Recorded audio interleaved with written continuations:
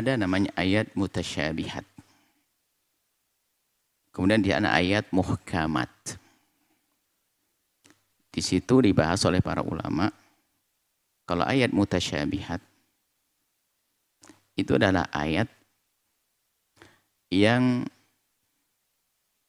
mengandung multi tafsir, multi makna. Yang kadang makna zahir, ada makna majas. Jadi kalau namanya ayat mutasyabihat, nanti ada cara untuk memahami ayat-ayat mutasyabihat. Kalau muhkamat sangat jelas. Tidak perlu orang memperdebatkannya, sudah muhkam. Dan tidak mengandung multi makna. Sudah jelas. Kalau mutasyabihat, banyak di antaranya nanti ada ayat mutasyabihat, sesuatu yang ternyata tidak bisa diberi makna zahir. Ini kalau kita bawa kepada pembahasan masalah akidah. Tidak bisa ke bawah makna zahir, karena kalau kita bawa kepada makna zahirnya akan menyerupakan Allah dengan makhluknya. Maka di situ ada dua cara yang digunakan oleh para ulama untuk memahami ayat-ayat yang di situ disebut tentang misalnya tangan Allah, mata Allah dinisbatkan kepada Allah, maka ada cara memahami ayat-ayat semacam itu. Yang pertama adalah tafwid, yang kedua adalah ta'wil. Tafwid maknanya adalah mengakui adanya ayat tersebut, kemudian dijauhkan dari makna zahirnya, lalu ketiga mencari makna-makna tentang lafaz tersebut, dari makna-makna itu dijajar, kemudian dipilih di antara makna-makna yang ada yang paling cocok, yang paling sesuai dengan kemuliaan Allah, yang tidak menjadikan orang menyerupakan Allah dengan makhluknya.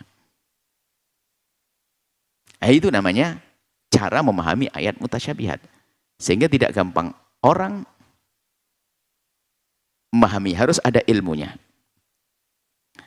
Seperti contoh yang biasanya dihebohkan sebagian orang, Ar-Rahmanu 'alal 'arsy istawa. Allah beristiwa di atas arsy. Apa istiwa begitu? Lah kalau istiwanya manusia jangan dong. Kalau istiwanya kita adalah seorang raja duduk di singgasana menguasai kerajaannya. Saya duduk di atas kursi, istiwa saya. Berarti kita jauhkan makna istiwa, duduk itu harus kita jauhkan dari Allah. Karena yang kita pahami istiwa adalah untuk makhluk. Istiwanya fulan, istiwanya seorang malik, ada raja begini. Jadi makna zahir yang selama ini kita pahami, istiwanya seorang raja, istiwanya seorang manusia, kita jauhkan. Lalu kita cari makna istiwa itu apa sih yang ada di dalam Al-Quran atau hadis Nabi. Ternyata ada istiwanya perahu alal jud. Istilah perahu Nabi Nuh juga yastawi alal jud. Kemudian ada pohon itu ada kalau kisah Nabi Musa. Istawa ternyata menjadi keker gagah. Istawa masak. Istawa adalah tegap. Istawa lurus. Jadi istawa maknanya banyak. Istawa makna menguasai. Ternyata makna istiwa itu sendiri ada 20 lebih makna istiwa. Dan makna sesungguhnya. Makna istiwa itu hanya, jadi istiwa itu tergantung siapa yang beristiwa, maka orang baru tahu maknanya. Istiwanya perahu berlabuh. Istiwanya pohon meninggi. Istiwanya manusia keker kuat Sayyidina Musa. Istiwanya makanan masak. Loh, disesuaikan. Istiwanya pengendara kuda, tegap di atas kudanya. Tapi istiwanya Allah, kita tidak tahu zat Allah Jalla Jalaluh. Lalu bagaimana kita akan memaknai istiwa yang kita tidak tahu zat Allah?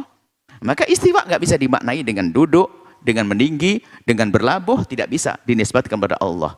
Lalu apa yang paling tepat di antara makna yang ada itu? Kita ambil dari makna kita jajar, oh istawa menguasai. Nah ini, karena pun menguasai sesuai dengan firman Allah tentang innallaha ala kulli syai'in qadir, Allah Maha Kuasa. Maka dipilihlah para ulama, istawa dimaknai istawala bukan merubah ayat. Dipilih makna yang paling sesuai dengan zat Allah, bukan makna-makna yang 20-25 tadi, tapi tidak bersesuai dengan kemuliaan Allah. Itu adalah makna mutasyabihat. Dan ini termasuk pembahasan paling penting tentang ayat. Gimana?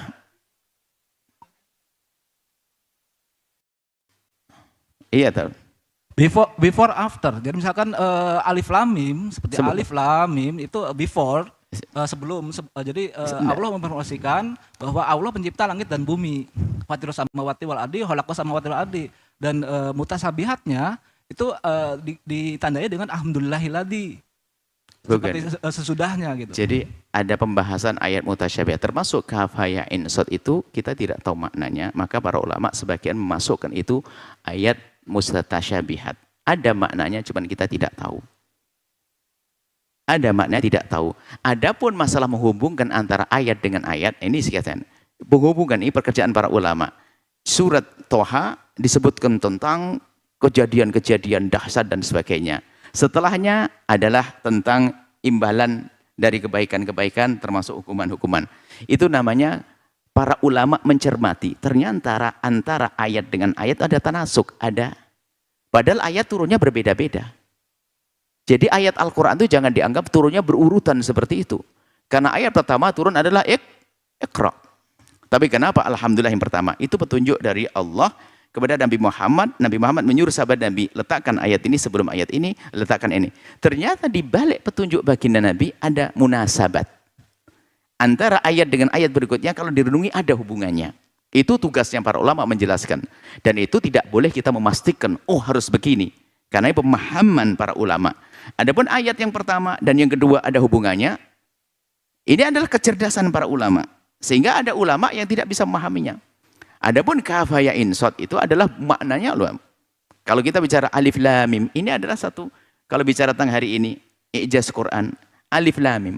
Orang Arab di saat membaca Al-Quran kok ada alif lam mim, mereka bingung, nggak bisa mengkritik. Aneh kan?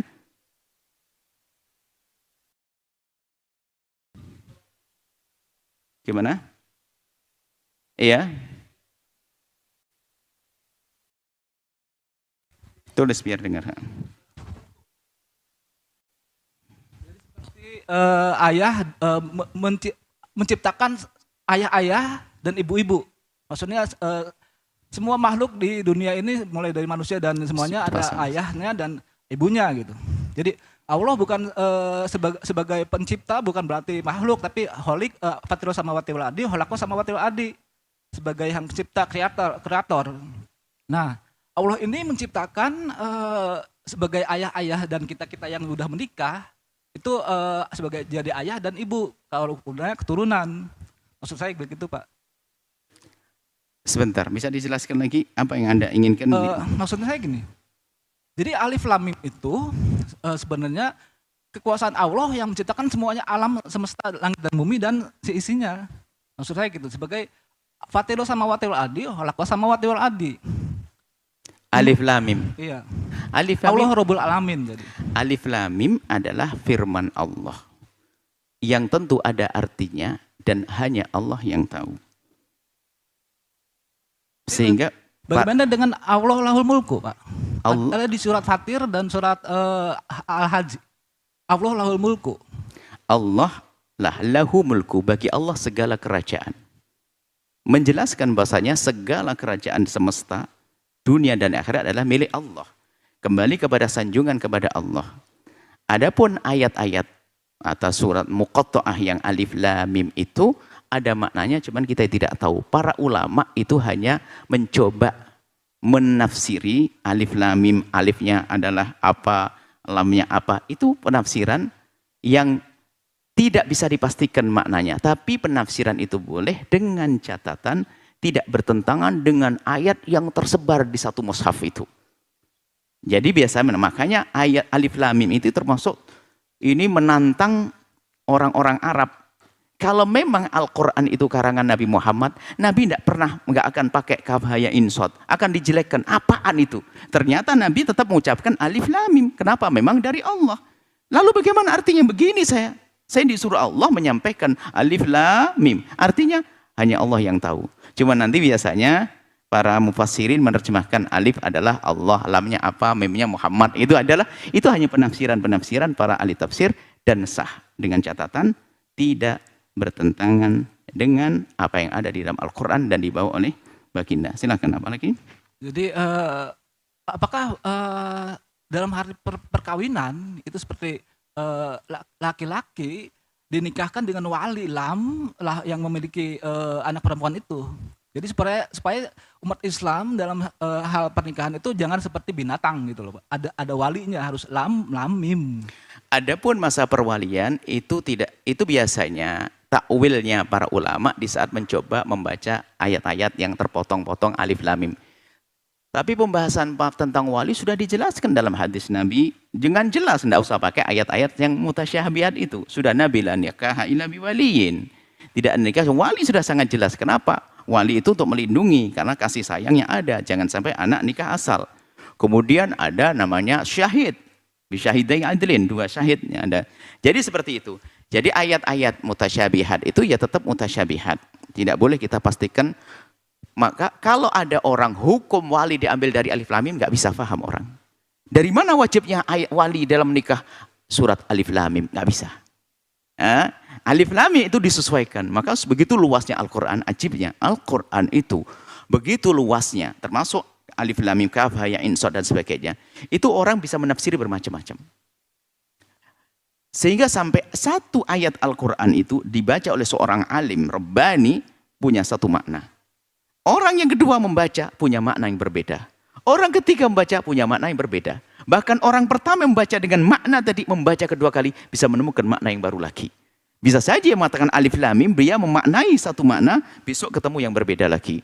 Itu lausnya luatan Al-Quran. Terima kasih pertanyaannya. Insyaallah. Jazakumullah. Ada lagi? Jangan lupa berselawat kepada baginda Nabi Muhammad sallallahu alaihi wa alihi wa sahbihi wasallam.